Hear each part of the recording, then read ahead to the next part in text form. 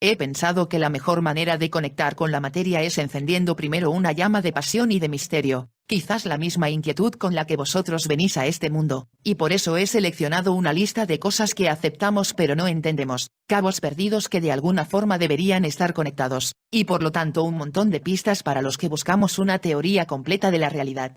También lo podemos llamar incoherencias, absurdos o paradojas, maneras incorrectas de pensar, meteduras de pata que se deberían corregir, pero en todo caso, misterios profundamente conectados con todo lo que se pueda imaginar. Comenzaremos con la última paradoja de la lista, la evolución. Si nos preguntamos a qué se debe la evolución de la materia, del universo, y la explosión de vida consciente, seguramente se nos van a ocurrir dos hipótesis. La primera puede ser la evolución mediada por la casualidad, y la segunda puede ser la evolución diseñada por un creador. El tema es tan espinoso que solo parece tener sentido por dos caminos, o bien suponiendo que nuestro universo fue único entre billones y billones, por pura y simple casualidad, o bien aceptamos que la evolución ha sido guiada con una finalidad. Pues bien, de las dos hipótesis probables, la que nosotros vamos a investigar será la tercera, la de limpiar el camino a significados que se han acribillado de paradojas a lo largo de todo un siglo. Con un mapa de la realidad acribillado de paradojas, ¿a dónde se puede ir? Aunque parezca increíble, aquí se abre todo un abanico de caminos como la negación de las paradojas, interpretaciones absurdas, presunción de puntos de vista limitados, esperar con paciencia la llegada de nuevas ideas, nuevas teorías, o incluso el camino de juzgar que la realidad es así, nada intuitiva y absurda. Pues bien, de todos los caminos que fueron abiertos por el devenir de la ciencia, nosotros no vamos a continuar por ninguno sino que vamos a regresar por donde vinimos, hacia el pasado, en busca de algún desencuentro desafortunado que alguna vez estalló entre la física y la realidad. Vamos a continuar con la siguiente paradoja, la naturaleza del tiempo. El tiempo sigue siendo uno de los principales desacuerdos entre físicos y filósofos. Cuando le preguntaban a Einstein por el significado del tiempo, respondía con cautela que solo era lo que miden los relojes, hasta que una declaración mucho más atrevida quedó grabada en la historia, afirmando que había muerto el tiempo de los filósofos. Seguramente se ganó el desprecio de unos pocos por el capricho de tentar a la suerte, esperando conseguir más fama de la que ya tenía. Con toda razón, esos pocos estaban en su derecho de recriminar a Einstein, animándole a seguir con lo único que verifica de verdad sus ecuaciones, lo que miden los relojes, mientras que hablar del significado del tiempo, incluso a Einstein le quedaba demasiado grande. ¿Qué es el tiempo? Es una paradoja tan enrevesada como la siguiente que vamos a ver, ondas de probabilidad. Las ondas de probabilidad se han tomado tan en serio que algunos físicos de renombre van diciendo eso por ahí, que somos ondas de probabilidad. Pero esa no era precisamente la idea que tenía Schrödinger sobre las ondas de materia, y fue tanto su rechazo que se lamentó de haber tenido algo que ver en eso. Vamos a reproducir su declaración exacta sobre la interpretación de la física cuántica. Lo que observamos como cuerpos y fuerzas materiales no son más que formas y variaciones en la estructura del espacio. Dejadme decir, en primer lugar, que en este discurso no me opongo a unas cuantas declaraciones especiales de la física cuántica celebradas hoy, 1950. Me opongo a la totalidad de ella, me opongo a sus puntos de vista básicos que han sido moldeados hace 25 años, cuando Max Born presentó su interpretación de probabilidad, que fue aceptada por casi todo el mundo. No me gusta, y siento haber tenido algo que ver con eso. Así es, mientras la física oficial nos habla de teorías bien demostradas, como si fueran la verdad, lo cierto es que no son pocos los desacuerdos que nos hablan de gustos, no demostraciones. Pero sigamos con la siguiente paradoja, dualidad onda-partícula. Es la incoherencia que más ha marcado la forma de pensar en mecánica cuántica, una teoría que predice correctamente mediante funciones de onda, que detecta las interferencias de las ondas cuando no pone detectores, pero cuando se pone a observar solo encuentra partículas. Han pasado más de 100 años desde que se clavó esa espina en su centro neurálgico de la razón, y los físicos todavía no se ponen de acuerdo en lo que debería ser la naturaleza profunda de la materia. Como veremos a continuación, el efecto de medir modifica lo que se observa y es la causa de una indeterminación que no se puede salvar. La incertidumbre de medida se deriva del tratamiento probabilístico de la mecánica cuántica, y puesto que nos dicen que así es la naturaleza de la realidad probabilística, entonces hay que aceptar la incertidumbre como una característica intrínseca de la naturaleza. Pero, ¿lo es? La naturaleza es como una partida de dados, o se trata más bien de una ignorancia de la realidad. Bueno, Pocas cosas pueden ser tan extrañas como el espacio y el tiempo que se doblan. La siguiente paradoja. Nadie diría que se tensa y se curva el color verde, o el día y la noche, o las ganas de comer, pero a Einstein le pareció de lo más normal que se podían tensar y curvar el espacio y el tiempo. Y fue tan convincente su discurso que la cosa no terminó ahí, pues también es de ahí de donde se deriva la expansión del espacio y el tiempo, en una singularidad llamada Big Bang, que como toda singularidad, su teoría no puede justificar. Si fuera cierto, más allá de los límites conocidos del universo, de repente ya no habrá nada de nada, ni espacio ni tiempo. Eso me recuerda que hubo un tiempo en el que los humanos pensaban que su mundo era plano, que más allá de unos límites conocidos, de repente, tampoco había nada de nada, así que si me pongo a pensar en el mundo y en el universo, no sé cuál será más plano de los dos. En fin, es más o menos igual de absurdo que hacer girar a una peonza sin que dé vueltas, como veremos en la siguiente paradoja. La mecánica cuántica nos habla de las partículas como algo que puede girar, lo mismo que la Tierra da vueltas alrededor del Sol y sobre su propio eje.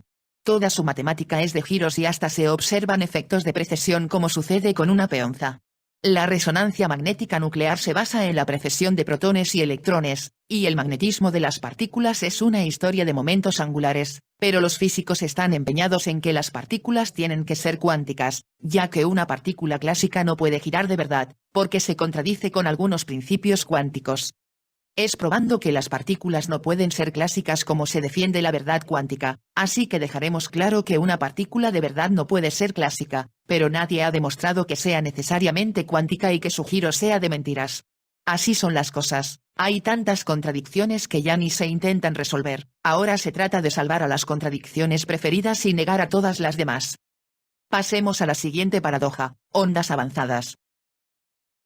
Estamos acostumbrados a ver cómo se expanden las ondas a medida que pasa el tiempo, sin embargo las ecuaciones de las ondas también admiten soluciones avanzadas, es decir, ondas que se expanden hacia el pasado, con el tiempo corriendo al revés.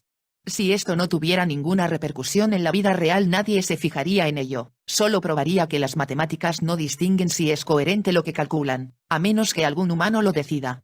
Pero sí, claro que tiene repercusión en las observaciones reales, cuando se trata de mecánica cuántica. Se dice que ninguna teoría es tan precisa como la electrodinámica cuántica, pero eso no sería cierto si prescindiera de los fotones que pueden viajar al pasado, como una más entre las probabilidades absurdas que tanto definen a la cuántica. Al parecer no es muy probable que un humano pueda viajar al pasado, que mate a su abuelo, y experimente la contradicción de que no puede haber nacido y haber matado a su abuelo. Esas cosas de viajar al pasado suceden solo con partículas, inconscientes las pobres, que nunca tendrían la picardía de poner al mundo del revés. Vamos a dejarlo ahí, de momento, aclarando que vosotros, los observadores humanos que no podéis viajar al pasado como las ondas, no veríais ondas en expansión hacia el pasado sino comprimiéndose, a medida que pasa el tiempo, terminando puntualmente sobre la fuente de ondas para ser emitidas en el instante T0, como se puede ver en la imagen animada. Bueno, lo de ver a las ondas no es más que una forma de hablar, porque cuando se trata de ondas de luz y de materia, resulta que las ondas no se ven. ¿Y qué hay del medio en el que se propagan las ondas de luz? Si entre la Tierra y el Sol no hay nada, ¿en qué se propaga la luz? Maxwell y los físicos de su época lo llamaban éter, una especie de fluido desconocido que debería llenar el espacio. Ahora se cuenta que aquel extraño medio no existía porque así lo demostraba el experimento de Michelson-Morley, pero lo cierto es que no se demostró sino que se abandonó su investigación, porque debería tener propiedades completamente diferentes a las de cualquier medio material. Se abandonó porque su realidad física era incomprensible para los físicos, así que decidieron quedarse con su versión matemática, con la teoría electromagnética, y olvidarse de la realidad. Una onda sin medio es tan absurdo como hacer oscilar a una cuerda, y cuando ésta forma una preciosa onda, entonces nos llevamos a la onda y dejamos allí a la cuerda. ¿Podemos hacer eso? No podemos, y así seguimos esperando una realidad alternativa que pueda sustituir al viejo éter, pero lo que llega en su lugar son más paradojas, como la expansión acelerada del universo que vemos a continuación. Nos dicen que todo se aleja de todo lo demás, más rápido cuanto más lejos esté, y esa tasa de expansión ha estado aumentando a lo largo del tiempo. Si eso fuera cierto, no habrá nada que lo contenga, y uno se pregunta cómo se pudo formar nuestro universo alguna vez, si la gravedad no basta para contraerlo y volver a empezar. Menos mal que las investigaciones más recientes no confirman la expansión acelerada, menos mal, Pero es evidente que no ha bastado para silenciar a los vendedores de humo, a los que siguen pregonando por ahí que la expansión acelerada es cierta, y por supuesto, nadie deshará la concesión del Nobel que, por casualidad, se otorgó al descubrimiento de la expansión acelerada. Hablaremos en la siguiente paradoja de las partículas virtuales. Existen determinadas partículas que solo se dejan ver cuando las partículas de materia interaccionan, y son llamadas bosones o partículas portadoras de fuerza por ese motivo. Sin embargo, es una incógnita si realmente son las responsables de transmitir fuerza o solo tienen la fortuna de aparecer acompañando a las interacciones, aunque no sean la causa de las fuerzas. ¿Cómo podría una partícula llevar una fuerza de atracción a distancia, y saber con toda exactitud a dónde la tiene que llevar? Además, algunos bosones como el W y el Z, pueden ser unas 20.000 veces más pesados que las partículas de las que supuestamente proceden. Son bestias que salen del vacío y en el vacío vuelven a desaparecer al instante, incumpliendo en ese instante de su vida todos los principios de conservación de masa y energía. Pero salir de la nada no es menos extraño que viajar al pasado, o venir del futuro, como es el caso de las partículas de antimateria. Nos dicen que las antipartículas equivalen a partículas que retroceden en el tiempo, que son de carga opuesta, y que se aniquilan con las partículas dando lugar a radiación pura. Pero la idea de retroceder en el tiempo ya no tiene la chispa que tuvo en tiempos pasados, tal vez porque si lo vemos desde nuestro punto de vista todo se reduce a eventos que suceden uno tras otro, avanzando en el tiempo, así que tal vez solo se trata de un artificio matemático y no existe nada que retroceda en el tiempo. Para los físicos, es más desconcertante que si materia y antimateria se crearon en cantidades iguales, y se aniquilan, ¿por qué vivimos en un mundo en el que todo está hecho de materia? Bueno, la materia también es protagonista de fenómenos inexplicables cuando se mueve muy rápido, como si masas, distancias y tiempos participaran en una increíble deformación de la realidad física. Efectivamente, las transformaciones de Lorentz justifican que si un cuerpo se mueve con una velocidad v, entonces aumenta su masa y el tiempo que dura cualquiera de sus cambios, a la vez que disminuye su longitud. El efecto solo se aprecia cuando la velocidad es muy grande, comparable a la de la luz, y no queda más remedio que aceptarlo porque llevamos más de 100 años comprobando que se cumple. Es la base matemática de la relatividad, y mientras no entendamos por qué, cualquiera diría que se trata de una conspiración de masas, distancias y tiempos, con el propósito de que se mantenga invariable la velocidad de la luz, o tal vez para que vosotros, los humanos, no podáis medir ningún cambio en esa velocidad. Si el movimiento distorsiona la realidad física que se puede medir, también parece cierto que las medidas entre dos partículas entrelazadas mantienen una conexión por muy grande que sea su distancia, de forma inmediata, y eso es algo tan imposible y absurdo que Einstein lo consideraba un efecto fantasmal a distancia. Es como si las cosas fueran más cuánticas cuanto más imposibles y absurdas parezcan. Si lo que cambia en una partícula es información, entonces debería existir información más rápida que la luz. Y si Einstein tenía razón, dicha información debería viajar al pasado. El entrelazamiento se ha utilizado para invalidar las críticas de Einstein, cuando lo comparaba con acciones fantasmales a distancia, pero lo cierto es que la vieja cuántica, siendo incompatible con la relatividad, no tiene peso ni razón para cuestionar a una relatividad que no cumple, y es la nueva teoría cuántica de campos la que debería pronunciarse. Pero como ahora ya es relativista de los pies a la cabeza, no se pronuncia porque resulta ser tan local como aseveraba Einstein. Entre tanto, ahí siguen los vendedores de humo pregonando que los efectos fantasmales existen. Después de todo, ¿no es un efecto fantasmal el que una partícula pueda estar en dos lugares a la vez, como nos dice la siguiente paradoja? El fenómeno de la superposición parece tener potencial para justificar muchas cosas absurdas a la vez. Por ejemplo, que las partículas puedan estar en muchos lugares a la vez, o que puedan estar desintegradas y no desintegradas a la vez, o en el límite de lo absurdo, que un gato pueda estar vivo y muerto a la vez.